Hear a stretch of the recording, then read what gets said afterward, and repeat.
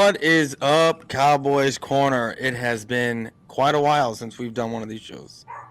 Man, what's up, dude? The Boyz Corner is back, full effect. Training camp, got 8 days in already. Cowboys, we'll discuss it, but it's time to talk about these Dallas Cowboys with the best troller in the game. you know it. If you guys don't know Boys for Life, he trolling with the Boys series, you got to watch it. He's fooled me a couple of times with paused videos, and I'm thinking that he's live with somebody, but he ain't. So audio sounds great. Dude upgraded the last couple of months. Quality work coming from Boyz Corner. So everybody on the Cowboys Corner, if you're not subscribed to Boys for Life, you definitely need to consider it. And go ahead and just hit subscribe for my boy, Boys for Life. Oh, yes, sir. And same thing back at you, Cowboys Corner. Great stuff. I've seen you've been uploading your stuff here and there. Been watching some of your videos, and I hear you got a new show with Fifth Quarter Cowboy. Let me hear about that, man. Yeah, so a long time ago, we used to have a roundtable with a couple of other channels with me and Fifth Quarter, Dallas Cowboy Fan 1980, Space Cowboy 17. Big props to Space Cowboy 17. He's the one that got a lot of content creators together a long time ago, and different people came and left, but the core of it, even Space Cowboy left it, and then the core of it was 1980, another channel, and Fifth Quarter Cowboys and myself, and we all kind of just went our own separate ways. And Fifth Quarter Cowboys and myself was like, let's do a roundtable, but let's call it something else. It'll just be us two. I said, let's call it the Half Table Show, and so that's coming to you every Saturday, the Half Table Show. I like our logo. It's a little half table with some chairs, just two Cowboy fans, old school Cowboy fans. If you guys watched the roundtable, you know me and Fifth Quarter have a history of debates. I always beat him in debates, but it's okay. Well, he might win one of these days. But no, he's a real good friend of mine. We talk literally every day, so it's only right that me and him do a show together, just because we've been boys since the roundtable started. And just to bring the Half Table Show to YouTube and let that, what we brought to the roundtable, come into play and give it to people that's really been asking for it and talking about missing the roundtable, just to bring a little piece back. I think it's definitely necessary. But it's been great, man. It's been great. Yeah, you had your first show on Saturday, this past Saturday, did you not? Yep, we sure did. Yeah. And then it's every Saturday. What time is it again? Every Saturday at 7:00. Okay, 7:00. All right. 7:30. Okay. And it's about an hour-long show? Yeah. Big shout out to my boy, Dallas Cowboy Fan 1980, who took the off season and let other people come through and make the content and the draft reaction and stuff. Dallas Cowboy Fan 1980 was another member of the roundtable. The dude's a GOAT. He's a legend. I'm sure everybody who knows who Dallas Cowboy Fan 1980 is. And if you don't know, you need to subscribe to my guy. He's back. He gives you every video every day, and he counts down the days of the week for you. So we're 4 down, 1 to go. Man, I love his stories. Every time he's about to tell, every time a question's being asked, he has a story to go along with it, and I love listening to his stories. He breaks everything down. He's played the game. Talking about Dallas Cowboy Fan 1980, he's played the game at a collegiate level. He knows what it takes. I like his analogy. When your lungs are pink and you can't go no more, you got to dig down and you got to keep going. That's Dallas Cowboy Fan 1980's mentality. That's the mentality of a football player, and 1980 brings that fire. Yes, sir. He sure does. So first things first, like I said, we haven't done this in a while, but yesterday we signed Anthony Barr. That's the latest news that we got. So tell me your thoughts on this signing. What do you think he brings to this team, and if you like it or not? Yeah, 2021. Even though he played 11 games, it was his best season. He had 3.5 sacks, I believe 2 interceptions, 70 tackles, total tackles. Anthony Barr in 2014. That's the year I started making YouTube videos. Okay, and he's going into his 9th year. Anthony Barr got selected at 9th.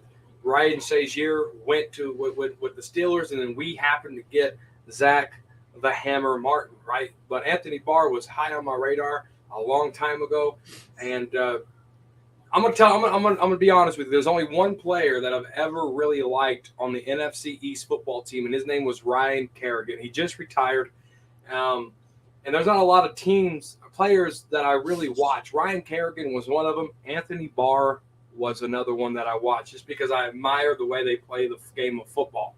And to have Anthony Brown on this team, like, it makes me want to go to a game. It makes me want to go to training camp just to see him, because I've admired him so far away. Now he's part of the star. Even though he might be with the team 1 year, hell, I might even buy his jersey, just because I've loved Anthony Barr from a distance, and I'm so glad he's a Cowboy. He's had some health issues pop up in his career. Cowboys got him really cheap. It's a low risk, high reward type of signing. It's Dallas Cowboy-esque Stephen Jones signature of a signing, and I like it. Yeah, no, I do too. I mean, he has, I think when I was doing the video on him yesterday, I think he had 17 and a half total sacks out of the 9 years he's played. I think bringing him in, this will allow Micah Parsons to roam around the field freely.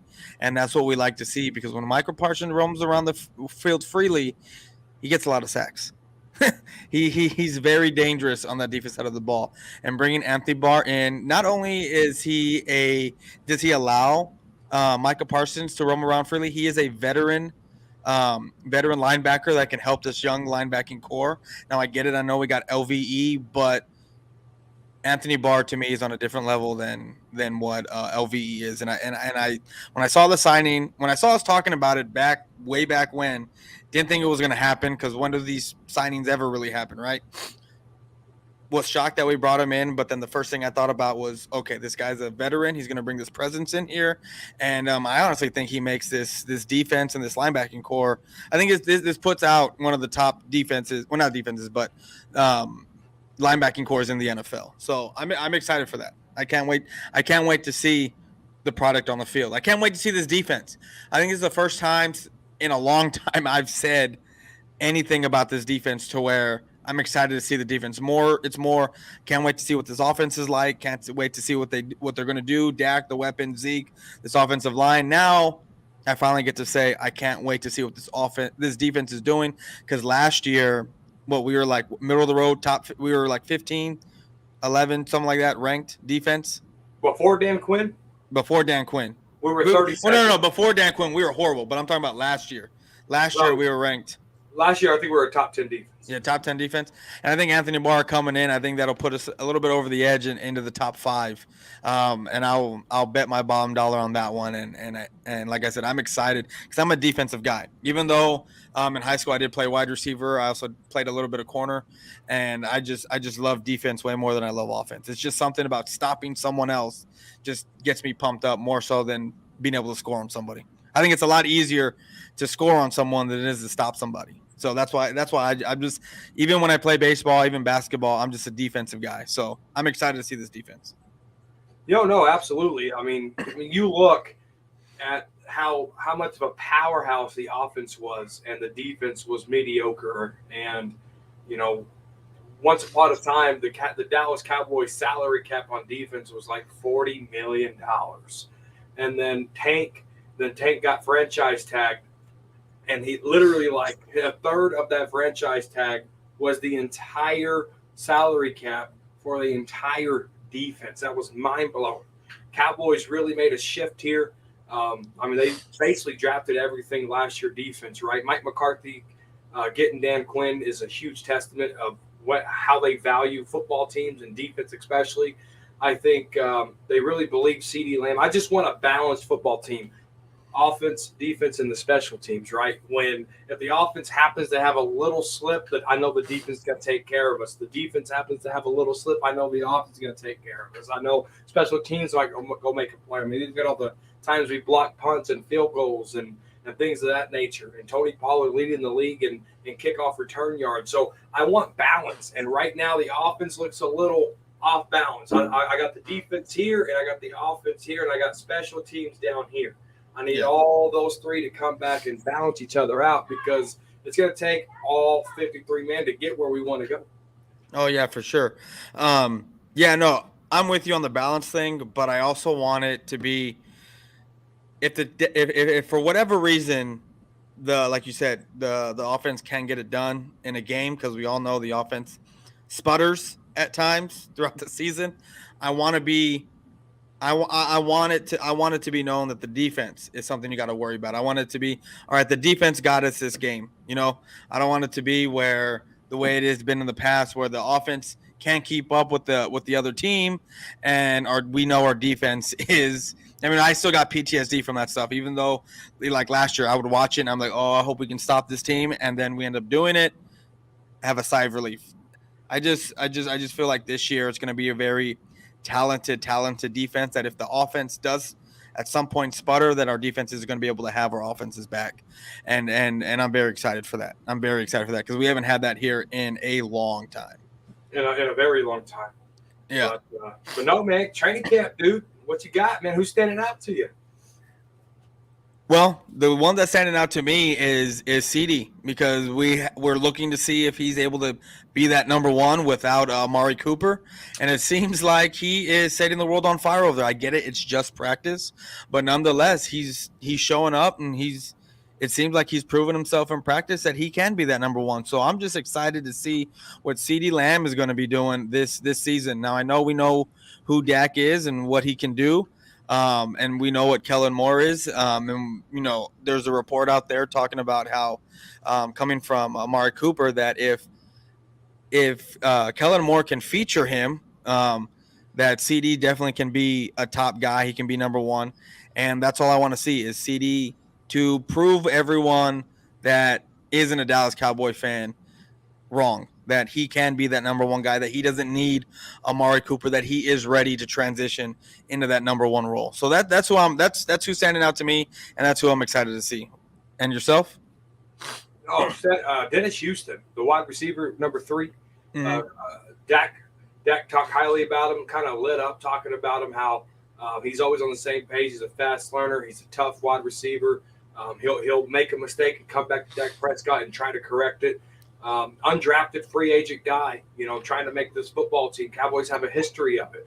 Miles Austin, Cole Beasley, Patrick Creighton. A lot of these guys, free agency, coming in here trying to make a name for himself, and this guy's on the right track. He's going to have to change his number because of Anthony Brown's number 3, but this guy right here, I'm not going to talk about Turpin and his special team stuff. Simi Fehoko burning Trayvon Diggs today. I can talk about all that, but right here I'm going to talk about Dennis Houston. I've talked to him. I talked about him last show. I talked to him on the First Report on Tuesday. I'm going to talk about him on this show because I want people to know his name. Dennis Houston, number 3, on August 13th at Mile High. I want you to pay attention to this guy. His route running's crisp. He's a very intelligent player, and he's a go-getter. I'm really excited to see what this guy can bring to this offense. Oh yeah, for sure. I'll be making sure and keeping an eye out for him once we're in Mile High that day, right? Yep, we're in Mile High. That kind of segues into my next question. So we know we lost. We traded away Amari Cooper. We know we lost Cedric Wilson to Miami. Turner decided to sign with I think the 49ers. So we lost quite a bit of our wide receiving core. We ended up signing James Washington. Michael Gallup, we re-signed him. We know what he's about. We know that he's hurt. So it seemed like that James Washington was our big acquisition at wide receiver coming in, right? So he ends up getting hurt. Do you have any concerns about the wide receiving core, or are you on that train of let the boys play, these young boys play, and see what we got? No, you brought up CeeDee Lamb as your guy to watch, talking about he can take over that number 1 spot. CeeDee Lamb has to. He's wearing number 88. He was drafted with the first round pick during the COVID year. It's time for him to shine. If he can't do it, he's a total bust. CeeDee Lamb has to be able to take that double coverage. And Jalen Tolbert, who Michael Gallup was a 3rd round pick, Jalen Tolbert, 3rd round pick. Jalen Tolbert's going to open things up for him. As a rookie, he's going to get exposed, but Cowboys are leaning on younger guys this year. Dennis Houston. You talk about Noah Brown, who has veteran presence, who has chemistry with Dak Prescott. Is it going to be easy? Absolutely not. It's not going to be easy. But I want to see what these guys can do. Cowboys want to go in the philosophy of we want younger guys to step up. They have to reap what they sow. If they really trust their coaching staff, like Jerry Jones said, he trusts the guy next to him, which was Mike McCarthy, and this coaching staff. That's telling me as a fan that they're really trusting that these coaches are able to develop. So we're going to see what these coaches are capable of doing. We know what Dan Quinn can do. We all seen what he did with rookies, Oso Digizua. We all seen what he did with Micah Parsons. We all seen what he did with Quentin Bohanna. These younger guys, right? Nashawn Wright is coming along with the development of Al Harris and Dan Quinn. So I want to see what Kellen Moore and his staff can do. He's the coordinator. He's in control of the entire offense. Do you have that wide receiver coach who's kind of new in here to come in here and do some things for this football team? Offensive line's going to play a part in that, but the Cowboys want to go in that direction. They got to reap what they sow. If it bites them in the ass, they gave it their best. If it works out, they look like a genius. Oh yeah, for sure. I mean, we all know as Cowboy fans, we do want this to work out. We need this to work out. Do you see after at some point in this preseason if our wide receivers aren't getting it done? Now I get it. Dak is probably just going to play a series this first game. After that, he'll go into more plays, more series. The third game's kind of like the dress rehearsal, and then it's the season. So if we're over here playing and these wide receivers aren't getting it done, even with the backups, do you think that we're going to bring in? I mean, I know T.Y. Hilton's out there. I know Fuller's out there. Do you think we'll bring in a veteran just to help out these younger wide receivers? Because when I was looking at these wide receivers, the only one with the receiving touchdown is C.D. Lamb on this team right now. That's a fact. That is a fact. Listen, I made a tweet. I think it was yesterday. The wide receiver by committee was seated in 2018. It didn't work. And then they went to go get Amari Cooper, and they gave up a first-round pick. I made a tweet. Says, y'all get ready to give up a first-round pick by a week. It's going to happen because we've seen Dak in these moments. Yes, he was a second-year player then. He's a seventh-year player now. We're going to see how he handles that adversity. Can Dak get better? Can Dak elevate? A lot of people said Dak elevated. A lot of people said Dak Prescott elevated Wilson. That's really debatable. Wilson did Dak Prescott a lot of favors, right? Yeah. So we're going to be able to see if Dak Prescott can develop. If Dak Prescott falls flat on his face, and for whatever reason, Dak and CD, they don't really have a really good chemistry together. We've seen it in the last couple of years. CD Lamb's been on this football team. Hopefully, this third year is a charm for CD and Dak Prescott. But if they fall flat on their face, I expect them to at least give up a 1 to 3 round draft pick for a wide receiver. It's going to be the circle of life with these Dallas Cowboys. Yeah, I mean, when you're not willing to go out and get a wide receiver, I mean, even in free agency, and then kind of roll with you got, especially with the inexperience that we have at wide receiver, like you said, we've seen this trick and pony already in 2018, and like you said, he was a second-round player. I mean, a second-round. It was his second year in the league. Now we're going into a seventh, and this is history says the seventh year is when you kind of start entering your prime. The game kind of starts to slow down. I mean, Tony Romo even said the same thing around the seventh, eighth year. The game really slowed down for him, and he was able to do what he did. So I'm kind of hoping that same thing happens for Dak Prescott. Let me take that back. Let me walk something back here about the Cowboy trade. Depending on when Michael Gallup gets back, we know that James Washington is going to be out at least 10 weeks. I said 3 to 4 months. That's about that time, right? Yeah. Depending on all that, where are the Cowboys' winning percentage? When is Michael Gallup coming back? How is Tolbert hanging on? How is Houston hanging on? How are some of these other guys hanging on, right?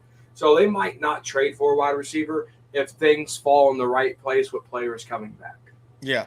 Now we did. It is 10 to 12 weeks. That's probably around week 6, week 7 for us because we're barely in the first week of August. Then we got September, so probably right around the end of October, somewhere around there that we will have James Washington back. But then again, coming up from what I've been reading off of the Jones fracture that he had, just because he comes back doesn't mean he's going to be 100%. He's still going to have to go through rehab and do all that goodness. So the thing is for me is he still might be hurt when he comes back. He probably won't be at 100% because he's not going to be game ready because he has he played what 3 days of practice and then he's been hurt, and then we're looking at Gallup around what November, October at Maybe. some point.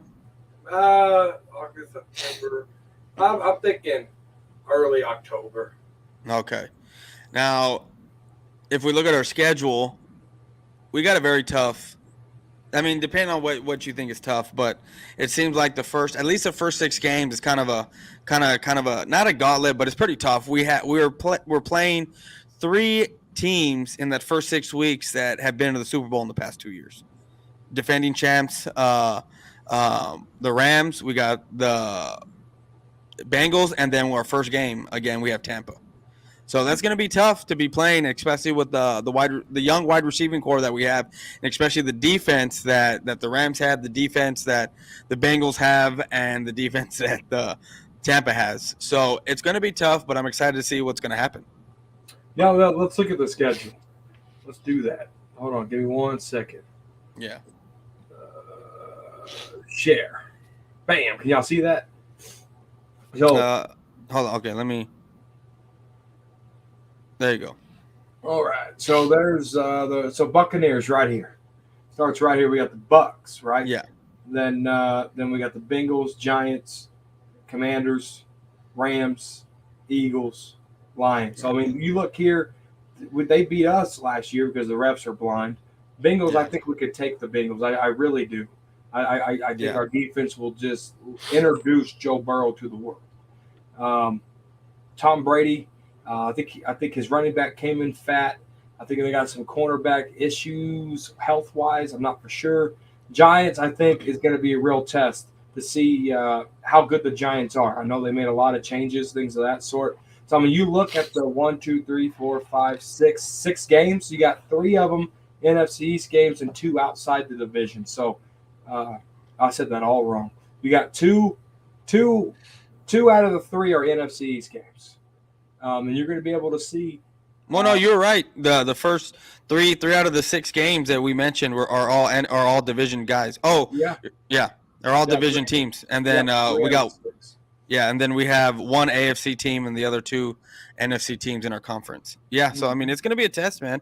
The first 6 weeks is going to be a test, and after that, I mean, you can sit there and say, our schedule might be easy. We might have one of the easiest schedules, but it's any given Sunday. I mean, we got the Lions, we got the Packers, we have the Texans, the Jaguars, Tennessee. I mean, after those first 6 games, I think the schedule does get fairly easier. So, yeah, if we have our guys starting to come back to us, yeah, I don't think we're going to trade for anyone, but I think we might, maybe, depending on how these guys look the first couple of weeks, end up signing someone to come in if there's free agents out there to sign. As long as the Cowboys don't start the season 0-2, I think we'll be fine. We can't go 0-2 going into the Giants and somehow fumble that game because confidence is lost because we lost to Tampa and the Bengals, right? Yeah. These guys, Mike McCarthy, we all know the 49ers games proved it. He can't motivate man. So these guys have to motivate themselves by stacking wins. I really feel like if this team goes 0-2 this year, it's going to be really hard. I don't care who's playing. I don't care who's on defense. Nobody can motivate these men. They have to motivate themselves with wins. And when the stakes are high, they got to figure out a way to motivate themselves because our coaching staff, they can't do it. Yeah. We saw it last year. Mike McCarthy not being able to motivate anyone. I don't know how you come out of a loss like that, and then in the press conference you say, "Well, we seemed a little bit nervous going out into the field." I mean, I don't know. I just don't understand why you would even say a comment like that. But moving on to our offensive line, man. How do you think that this offensive line looking? I mean, I know we had our first round pick with Tyler Smith. I mean, he looks like what I guess was talked about in when they were talking about him when we drafted him that night. A good run stopper, kind of struggles in the pass, but we moved him to left guard. And do you expect him to be our day 1 left guard starter? I know you made a comment about him being a swing tackle and kind of compared him to O'Leary a few months ago when we talked about it. Yeah, a left guard, being a left guard. Yeah. Being a swing tackle at a left guard doesn't work. You have to either play the tackle position or be a swing. But I like Josh Ball. I don't want to say nothing. I'll talk about Tyler Smith, but Josh Ball, second-year guy. Matt Walesko got hurt. He's taking advantage of the opportunity. So if Tyron Smith happens to get hurt, I like Josh Ball filling in for him, and it keeps Doo-Doo Pants Steel at the right side. Okay? I do like that. So Josh Ball is going to be your swing. He's winning it. He's demolishing it. But anyway, let's talk about our left guard. Our left guard, Tyler Smith, I did compare him to Ronald Leary, and then reports started coming out that they remind him of Ronald Leary. And I'm like, I already said that. Yeah. Why don't y'all listen to me? But no, he's definitely a Ronald Leary guy. I think he's a little bit more physical than Ronald Leary. What he's doing. Seeing him wear 73, I just love it. I know Cowboys don't retire numbers, and I'm glad they don't. Because seeing him wear 73, I absolutely love it. It's like, Des Bryant wearing 88 or CeeDee Lamb wearing 88. I like guys. It makes you hold yourself accountable. You look at Jake Ferguson wearing 48, right? So yeah. I like that stuff. But our line as a whole, Tyron Smith has to stay healthy. I think Tyler Smith has to be the starter. Connor McGovern failed and lost that spot to a guy that was holding everybody, right? And then you got Tyler Biadasz, which I want to see some competition there with Matt Forniak. I'm not really dead set on Tyler Biadasz as our starting center. And then obviously we got Zach Martin and we got Doo-Doo Pants Steel over there. But I like what Josh Ball is doing. If we were happen to get rid of Tyron Smith, I think we got a replacement for him. I know it's too early to say. I got to see this guy in preseason and at least in some games, which he'll probably get those opportunities knowing Tyron Smith. So I like where this offensive line is heading.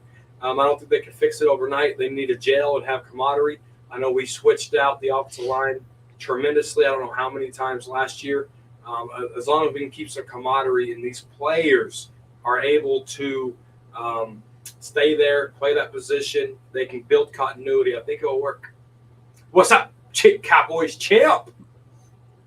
See, what question has he got? Question, how confident are you in the Cowboys center can succeed? In the Cowboys center. Yeah, can succeed. I think we were just talking about that. Yeah, I'm not very confident in Tyler Biadasz. I want to see some competition there with Matt Forniak. I think he can do it. I think look for that. Watch Matt Forniak in these preseason games. I know the Cowboys are going to play him at center. They might play him a little bit at right guard too. But just watch what Matt Forniak can do. He's another second-year guy. He was drafted with Josh Ball. So to keep it on our offensive line, I heard you call Terrence Steele Doo-Doo Pants Steel. What is your biggest concern on that offensive line? Who is your biggest concern on that line? Tyler Biadasz. Tyler Biadasz. I call Doo-Doo Pants Steel because did he poop his pants or something? Yeah, he pooped his pants. Oh, okay. In the middle of the game. Yeah, he pooped his pants. He had like a stomach bug. Oh, okay. On the second play of the game, he soiled himself. I must have missed that or just blocked out of my head. I was like, that's why I wanted to know why you're calling him Doo-Doo Pants. I thought something different. No, he soiled himself on like a second play of a game one year. So, but yeah, that's why. But Tyler Biadasz is my main concern. And I really want to see if there's any consistency with Terrence Steele going into this spot. This guy don't really have competition behind him. Lyle Collins is gone. So I hope he don't get complacent. And we'll see what he does. Yeah. No, my concern right now, it can be the center spot. I mean, we've been hearing a lot. We know what he can do and what he can't do. But my biggest concern is, it's going to happen. It's been happening for the past 4 or 5 years. But how many games are we going to get out of Tyron Smith? And then when he's hurt, move Tyler Smith to tackle. And then who's going to be playing that left guard spot? That's my concern. That's why I just talked about Josh Ball. Oh yeah. Yeah. He's going to be, because like you said, Connor McGovern basically lost. But to his defense, he's not really on that left side. He played more of that right guard in college, did he not? Yeah. Connor McGovern plays the right side. Period. He plays the right side. Yeah. Cowboys Joe Philbin, these guys are idiots. I really don't know how they have an NFL job. I really don't. They don't keep anybody in the same place. I get it. You want to use multi positions for players, but you only do that on defense. You got to keep that continuity for the offensive line. You think the Great Wall of Dallas was a shuffle? Absolutely not. Right? Do you think any of Tom Brady's offensive lines or Aaron Rodgers when he won the Super Bowl, any of these teams, you think it was just a complete shuffle of this guy can play here, we're going to play him here? No, you play to their strengths. Have they not learned anything from Dan Quinn? Quit shuffling them. Let them get their continuity in. Yeah. So we have a question from Travis Treasure Company.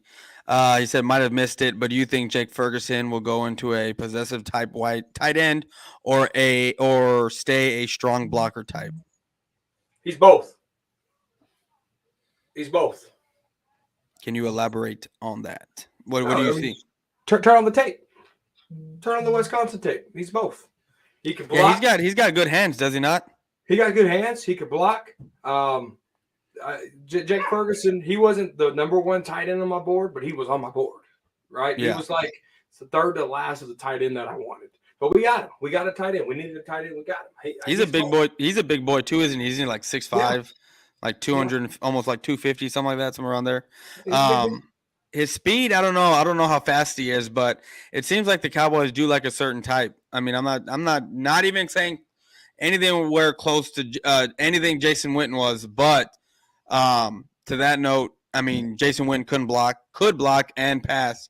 And catch. So I'm hoping we get just a tiny fraction of what that is, because we've been struggling a little bit with tight ends that can block. So we have Dalton Schultz who can catch the ball.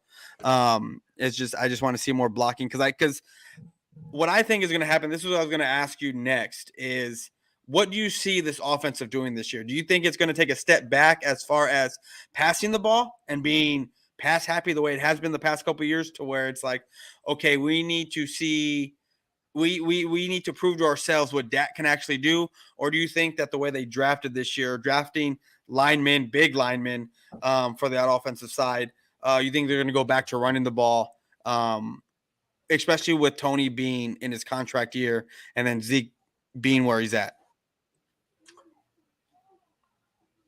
What's the question? Do you think that what do you think this offense is going to end up doing this year? Do you think they're going to be pass happy like they've been the past couple of years, or do you think they're going to go back to the run? It all depends on how they start the game. If the offense is going to be down 14-0 in the first quarter, they're going to have to start being pass happy, right? Because that's where they find themselves at, is behind and having to catch up. So you have to get away from the running game and go play catch up. And the only way you can do that is by throwing the ball. So it all depends. If the offense can stay balanced, control time of possession, get back to what we know. I mean, you look at 2016, you look at 2014, you look at the years the Cowboys really had success. They've won the time of possession. If the time of possession is ankle, something's wrong.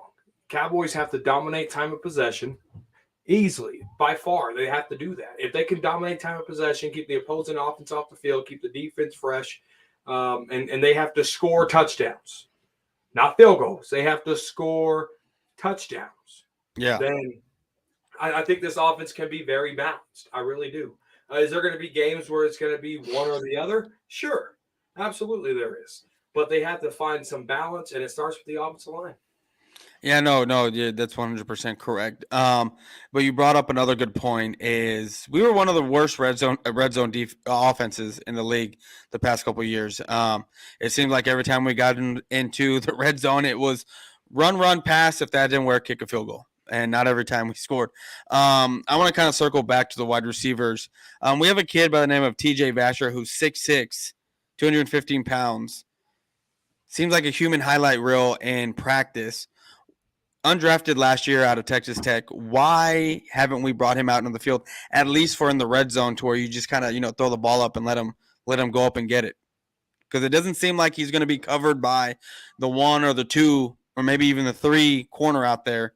If you have four wide receivers, it seems like he's going to be covered by that fourth string corner. And we know these corner. I mean, he's 6'6". I mean, I don't know any corner that even close to that height. I mean, maybe 6'1", but I mean, if he has hops, why aren't we using him, or why can't we use him in the red zone, at least as the red zone there, being as tall as he is? Yeah, TJ Vasher, big shout out to him. I want this kid to succeed. Yes, he did play for our rivals, the Ryder Raiders in Wichita Falls, Texas. I'm a Ohio Coyote, the red and black, baby. No black and gold. That's what the Raider colors are. He's definitely a rival, but he plays for my Dallas Cowboys now. So we'll let bygone be bygones, okay? But no, and it all boils down to the point that you brought up about what Amari Cooper said. If Kellen Moore can scheme, Kellen Moore gets too cute in the red zone. Stupid play after stupid play after stupid play. And then we got to go settle for a field goal because he gets too damn cute, right? Yeah. Kellen Moore, just keep it simple. You get all the way down there just for you to choke when it's time to cash in that ball. So TJ Vasher, he has the potential. I don't. On the Frisco report, we did, whose stock is up, whose stock is down, and every young player I talked about, including TJ Vasher, I put his stock is climbing because I don't want to put too much pressure on these guys. I got to watch a preseason game. I got to see what happens when the lights turn on because a lot of these guys could be like cockroaches. As soon as you turn on the light, they run. They're nowhere to be found. Fehiko out of Stanford. What are your thoughts on him? Do you think that he's? I mean, these guys are going to play. At this point, these guys are going to play because we're going out there with CeeDee Lamb, Noah Brown, until Gallup and Washington return. More than likely, week 1, we're going out there with CeeDee Lamb, Noah Brown. What's the kid we just signed? Turpin, right? Yep. Turpin, Fehiko, and Vasher. Those are basically that's 5 guys. It's basically going to be our wide receiving core until Gallup and Washington get back. So, what are your thoughts on Fehoko or Fehoko? How do you say his last name? Fehoko. Fehoko. There you go. I think Simi Fehoko, the guy's a living cockroach. Trying to light, he disappears. The dude can have an amazing training camp. You put him in a preseason game. Where's 81? What happened to him? Where's the kid with the hair? Where's 81 at? I just seen him light up training camp. Where's he at? Dude goes MIA. And that was his problem last year. Cowboys kind of stashed him because he wasn't ready. I got to be able to see Fehoko in a preseason game because last year he was MIA. I got to see him. I got to see him this year. I can't praise the kid. I don't want to talk about what he's doing in shorts and helmets at minicamp or what he's doing in training camp here because I got to see him live in action, national television. What are you going to do for me, kid? Come out here and shine. And right now his light's been dim. Yeah, I mean, what do you think that causes something like that? Do you think that it has anything to do with just maturity level, confidence? Because I mean, he's a young guy. I mean, he just graduated. He just came out of college last year. But I mean, what do you think needs to happen for him to not be a cockroach, to where the lights come on and he's gone? It's the power of the NFL, man. He knows he's getting evaluated not just by the Cowboys, but by 31 other teams. He knows a million people are watching at home. He knows, that he has to do good in order to make a roster. There's a lot of – it's like if you ever go try to do a stage play and you've never done a stage play in your life. You've never spoken to anybody in a magnitude of a meeting, right? Yeah. Yes, he played college. Yes, but this is the NFL. This is where millionaires are made. This is where legends are made. This is how you get to the Hall of Fame, right? You have to do really well in college, and then you come to the NFL, and this is where you take off, right? This is where you play a kid's game at the highest level in the world. And sometimes the stage is just too big, and they can't handle it. And whether that's injury, whether that's stage fright, whether that's putting too much pressure on yourself. If Simi Fehoko can come into the preseason games and block out everything and just focus on the game of football and do what he's born to do, do what he's been doing probably since fourth grade, if not younger. Yeah. He'll be good. But those lights shine bright. You got NBC, you got NBC, you got CBS, you got NFL Network, ESPN. You got all these bright lights, dude. And it's like, I got the star on my helmet, man. I'm sure it's nerve wracking. Yeah. No, it has to be. I mean, especially just being a Dallas Cowboy has to be nerve wracking just because the circus that is the Dallas Cowboys every year with the pressure, with the lights, the greatest producer in history, I think, to ever live in Jerry Jones, the way he builds up our team. Yeah, it's got to be nerve wracking if you're not ready to step up to the plate and take a swing, you know? Yeah. But my next question that I want to ask you, and I've been wanting to ask this, you have Zeke, and I don't know how true this is. I'm not really just reading. I'm not reading into it, but I've just kind of heard chirps here and there. People talking about this might be Zeke's last season as a Cowboy, depending on what he does. And then Tony Pollard's on a contract year now, with the wide receivers being where it's at. And I don't know if it was Steven or Jerry or one of the coaches, but they said that they're going to try to put Tony Pollard in different positions on the field, use him more. Well, what are you expecting from these two guys? No, I made a video about this. This is Zeke's last year as a Dallas Cowboy. Period. Okay. He counts way too much money against the cap. Zeke is going to have a good year. Why? Because he knows he's going to be cut this year. No, I don't care if he rushes for 1,500 yards. Zeke is gone. He counts way too much against the cap. Jerry Jones opened the press conference and talked about cap dollars has to equal your play has to equal how much money you make. Yeah. Right. Zeke, he gave it all for the Dallas Cowboys, but he has to put up a good resume because other teams are going to be watching. If he has 1,500 yards, he might be a high priority free agent. If he has 700 yards, he knows that he's probably done in the National Football League. He's probably going to be, signed into a team like DeMarco Murray was behind Derrick Henry with Tennessee before DeMarco Murray retired. Zeke could be down that path, right?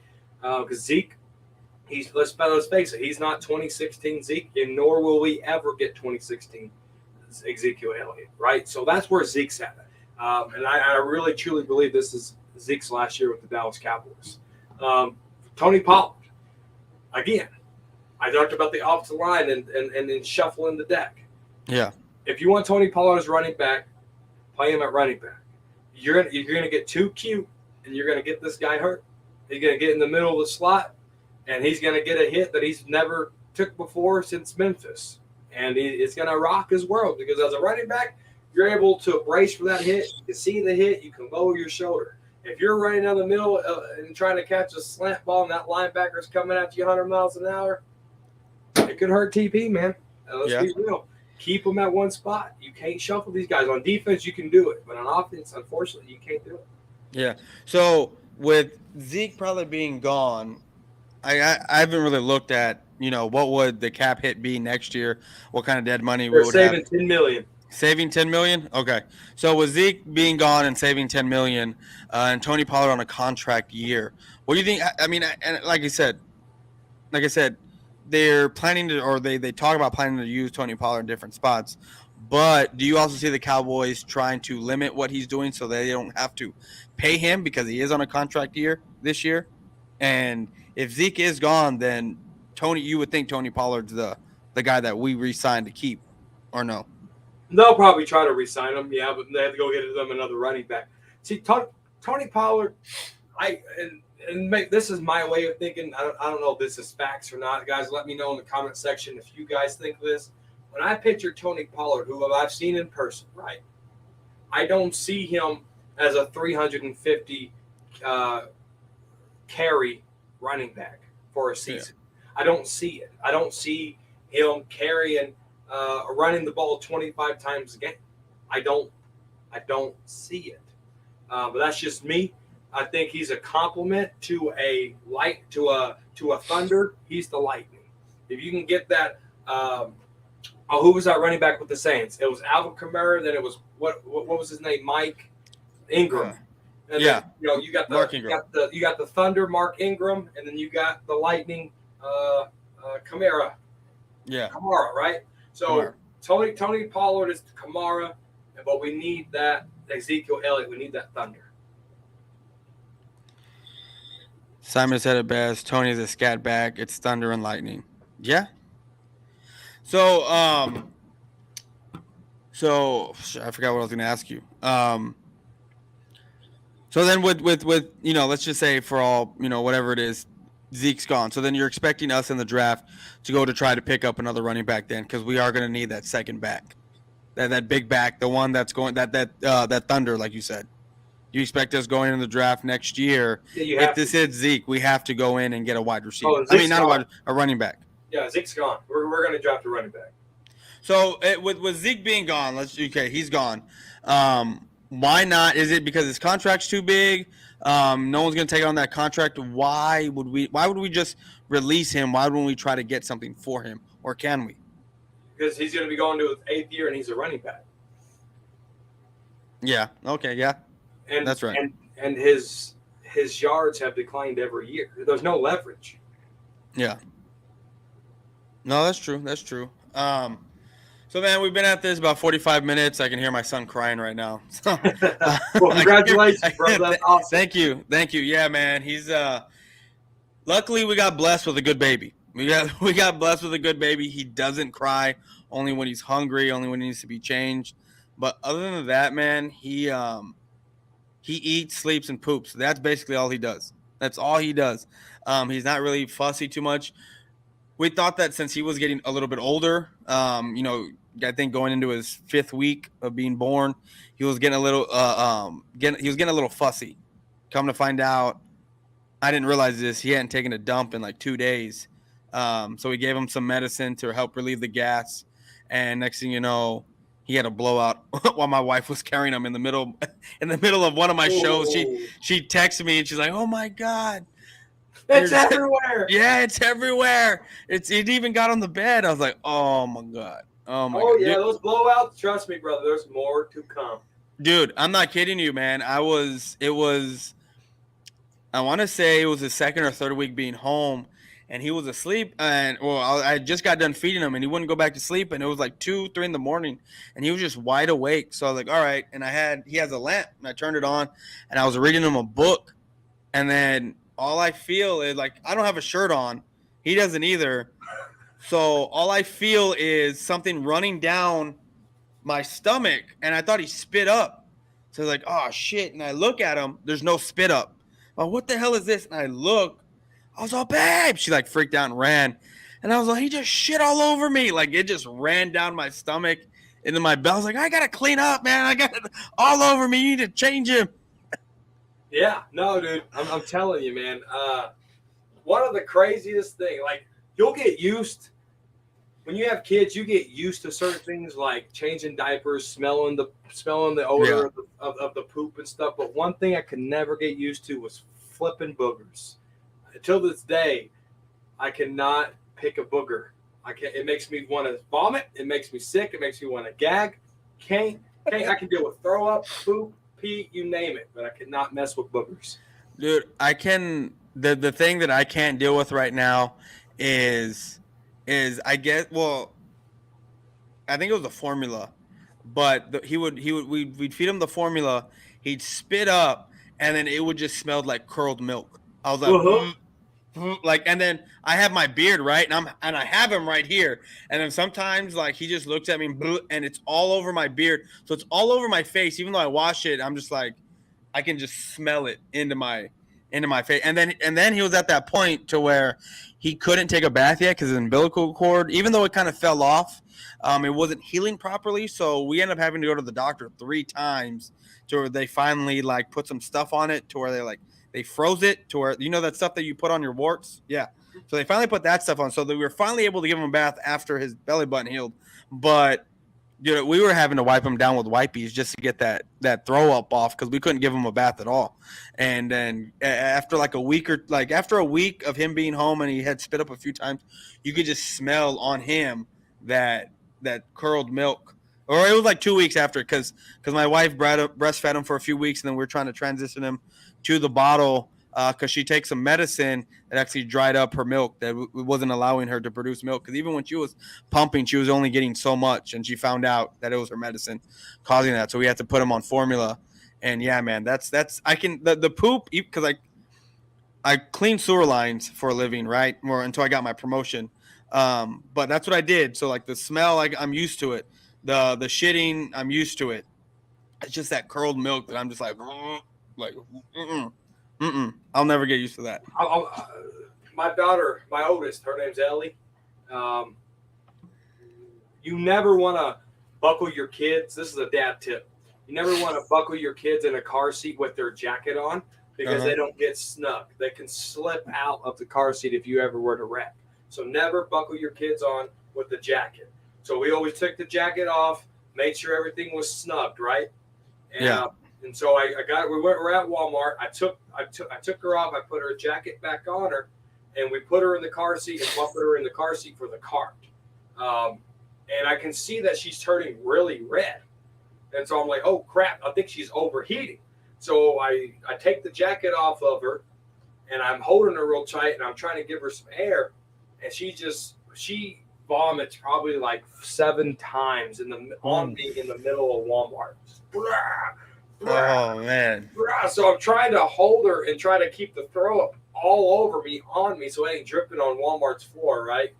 And so we get out of there. We had to go home, and she just got overheated for that split second, but she was fine after that. But that's the most throw up I've ever had on me since I got 2 girls. So yeah, Diana, all she did was pee on me.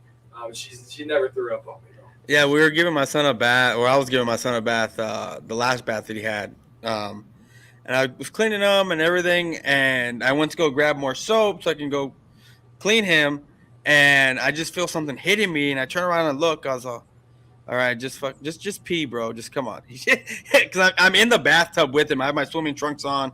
I'm in the bathtub. I'm scrubbing, cleaning his chest and all that.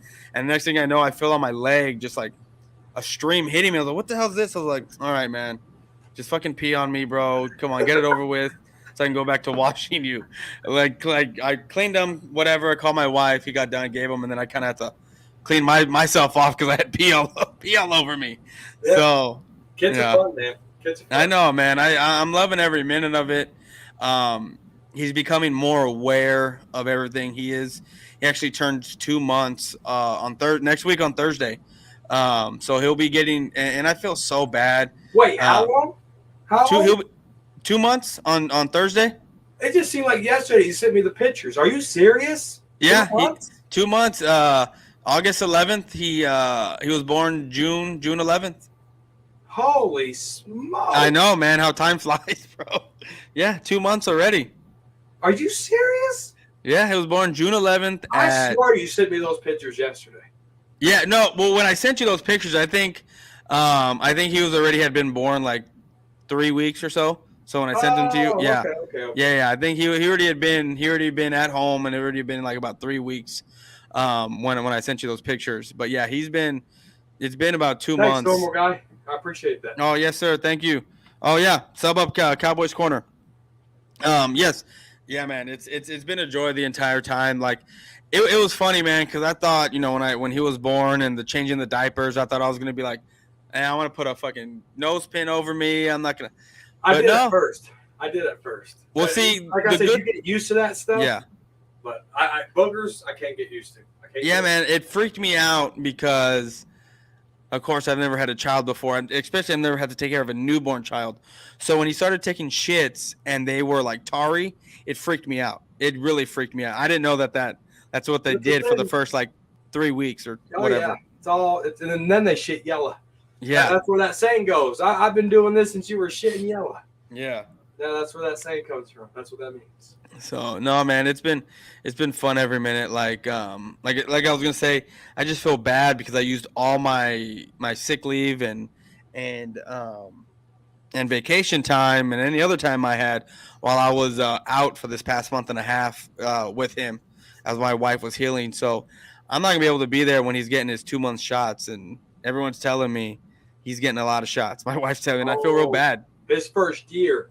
nothing but shots. Yeah, and like so I told my boss because I'm like I said I got a promotion, so I'm gonna be in a different department, and I told him, look, Thursday I need to get off on time because right now we're in what we call main break season. So when the water mains during the summer, our water mains break a lot, and it's basically you go in at work at the scheduled time you're supposed to go in, and then you get off when you get off. So I was like, sorry, Thursday. I know like this is my first week in this back in this department, and but no, Thursday I need that day to where I'm going to get off on time because I'm going to Travis have to. Stanley with a throwback. That's Dallas Cowboy football news. Oh yeah, That's a throwback right no, there. it's for sure it is. Oh look, he got torched by everyone today. Good, anyways, good stream. Yeah, but like Iron sharpen iron sharpens sharpens iron. iron. Yeah, but no, man. It's time to get out of here. I had a fun stream. Next week, I got my fantasy draft, so I won't be able to do this. But the week after, well, at least we'll have a preseason game to talk about once we come back and do this. Yeah. So, yeah, in 2 weeks, guys, we'll be back with the Boyz Corner, and then we're going to be back every Thursday. And then once football season starts, we'll have games to talk about and recap and do the games on Thursdays. Yeah. What happens if the game's on Thursday? Oh, well, don't you do your deal with Joe on Thursday? Don't y'all watch the game or stream the games together? No. No? No. Oh, well, I mean, if the game's on Thursday, I mean, if you want to do a stream together, if I'm home in time to watch the stream, I mean, to watch the game, if it's on Thursday, then if you want to do a stream on Thursday while the game's on, we can do one. They're going to figure out how crazy I am for real, dude. They think I me know. yelling into a camera every once in a while, that ain't nothing. You got to see me watch a game. Yeah, no, man, we need to go to a game, like meet there at a game. I'm thinking about going to the. I know Cowboys blog is going to the Houston game.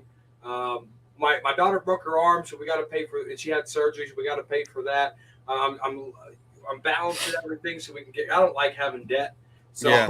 I like to just go pay everything off. So I'm looking at everything, but I don't know. I think that Houston Texans game I got my eye on. Yeah, my buddy Derek, when the schedule came out, he goes, so we're going to go see the team. So we're going to go see them Christmas Eve because my buddy Derek and I have been to the past 2 or 3 Eagles games this past 3 seasons. That's the game we go to, and we kind of just said, okay, you know what? The Eagles game is going to be our game we go to. And then my son was born, and I was like, sorry, bro. I'm not going to be able to go to any games this year. He was trying to bait me, persuade me to go, and I was like, nah, man, I can't. And it's on Christmas Eve. Nah, I'm not gonna miss my son's first Christmas Eve with the family. Absolutely not. Absolutely not. You tripping, bro? When I tell you, kids change you, it means anything you did single, you get no more. Yeah.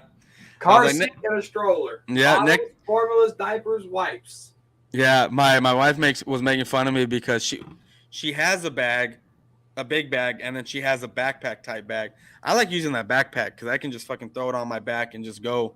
But she was making fun of me because we had the big one where I had the strap over me and it looked like a purse. And I was like, man, shut up. I'm taking care of your son. I'm about to go put him in the car. I'm about to put him in the car. Luckily, our car seat that we have. Oh, what I wanted to tell you was because you were talking about baby slipping. I felt really bad because a couple weeks ago, my wife wanted to go to Six Flags for work. They had a work thing. Her boss bought all the superintendents at her work that he's in charge of Six Flags tickets. So she went when I got off of work. Well, I dropped her off. The boy, he was in the car with me. Dropped her off, drove all the way in traffic back to we're kind of down where I live, but we went to my grandma's house. So we went to my old neighborhood. And I pulled him out of the car seat. I went inside. And then next thing you know, my cousin's telling me, she's like, why does he look funny? Why does he look like that? His neck's out. Then I look and I grabbed the strap and I was like, oh, shit. Like I buckled him. I just didn't pull the strap to tighten him. And I was like, oh, fuck. Like I felt real bad. I was like, oh, shit. He's been all laying like that for the past 45 minutes. Like, very uncomfortable. Like I'm glad he was able to breathe the way his neck was. I was like, fuck my life. Oh, you gotta see him in the womb, man. They could breathe. Yeah. Just make sure nothing ever goes covers their face. That's one thing you don't want to do is nothing on their face. Other than that, they're not glass. They'll be fine. Yeah. But all right, man. Let them know where they can find you. All the links and everything are in the description, but let them know where they can find you before we head on out of here. On Tuesdays, the Frisco Report. On Thursdays, the Boyz Corner. On Saturday, the Half Table Show. Boyz Corner. Hit the notification bell so you don't miss any of the shows. And underscore Cowboys Corner 1 on Twitter. I do talk a lot of shit. So if you want to talk shit with me, you can follow me there. Yes, sir. And myself, well, every day, basically, if I'm not doing this show, I'm doing a Trolling with Boys for Life show that I do. So you can find me there, here every day doing this stuff. And then you can find me on Twitter at Boys for Life 04.